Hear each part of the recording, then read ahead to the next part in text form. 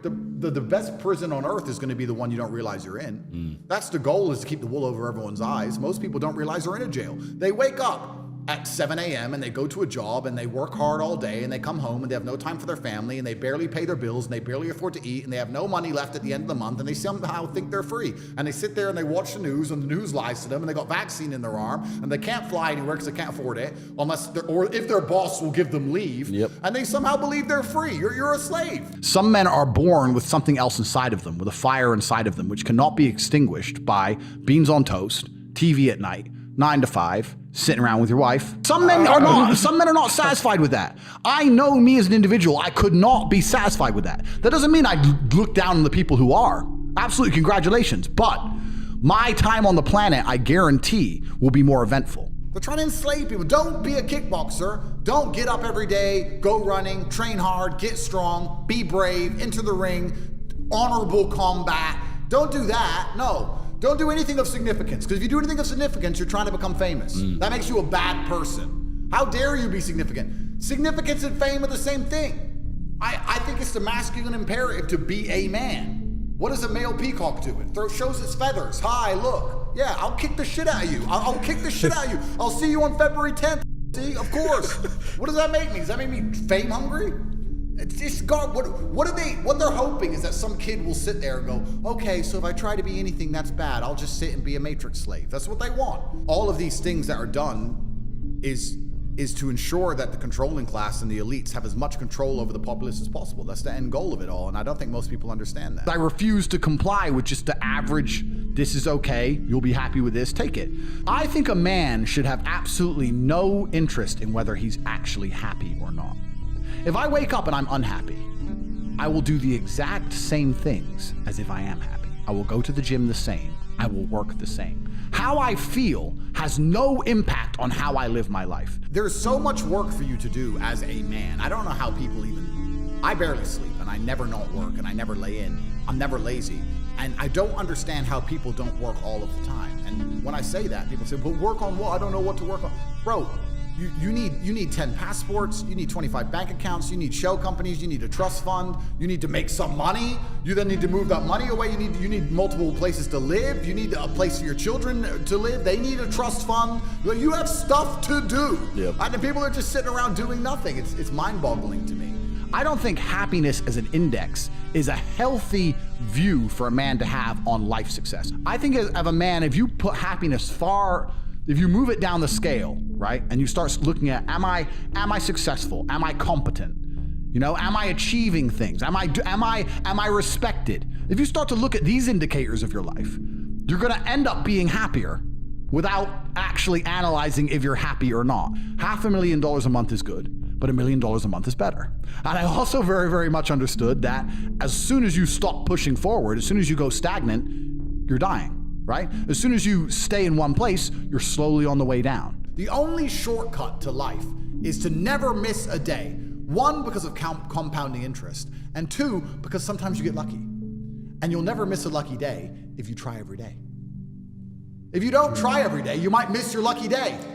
And that's what people don't understand. If you never miss a day and you never don't try and you're always on time, was I late today? No, on time, and you try and improve every aspect of your life, and you're a professional, and you try and make sure that you analyze your decisions, you give yourself feedback, you don't make mistakes, you're not lazy. If you try and you make it to the top, you end up elitist, because you look at the people down below and you're like, well, why didn't you try? I did. Oh, I did too. No, you didn't. That's a lie. Man, not only is your life fucked, not only is your future fucked, not only are your children gonna be finished, you're paying for this. You are paying for all of it. And then, if you ever get to a point of finance where you don't have to pay for it as much, or you can escape, one of your ex-girlfriends will call you up and demand money, and if you don't give it to her, you go to jail. What planet are we on? You have 10 years to get into the higher class, the higher social mobility class, or you and your bloodline are eternally finished forever. And your great-grandchildren will wake up one day in their slave pods eating the cockroaches, and they'll ask their mother, why was Granddad a loser?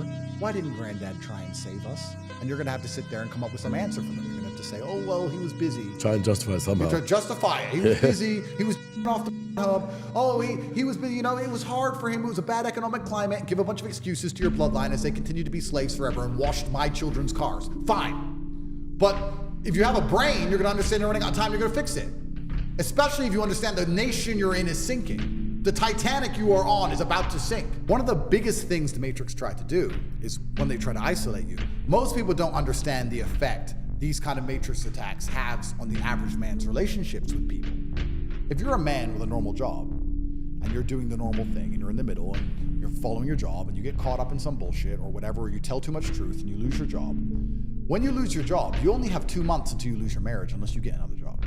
You're gonna lose your wife, you're gonna lose your kids. They're gonna make your whole life fall apart. 100%. When you go to jail, I heard it on the jail phone. Number one argument I heard on the phone in jail was women yelling at their men, how am I supposed to pay the bills? Because women are self-interested. Women are survivors. Me. They're selfish. Yep. You're in jail. How do I pay the bills? And the man's like, yeah, I'm in jail. What do you want me to do about it? Well, you're always hanging out with your friends on the street corner and that's why you're in jail. That's not why I'm in jail. That's nothing to do with it. You've made that up. Well, I can't pay the bills. Then 6 months later, she's f***ing someone else and he kills himself.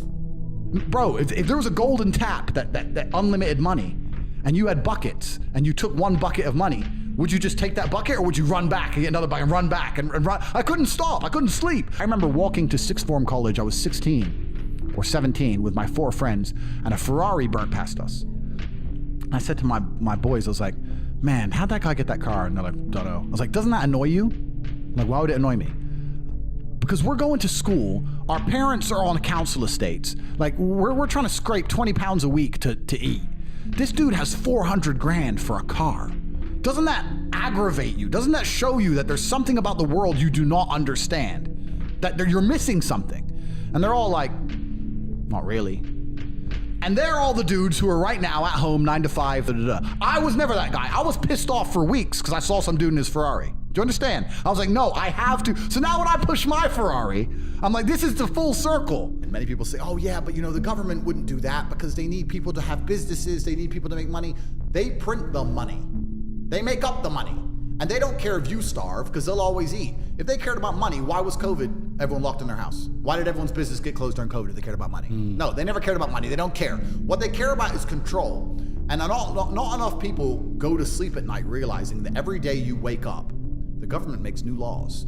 Has the government ever taken a law away? When's the last time the government said, we have too many laws, give me the book, let's throw some of this trash away? No, every day there's new ones. And if you make new laws every single day, you're eventually heading towards slavery. That's the end goal of it, is slavery. Yep.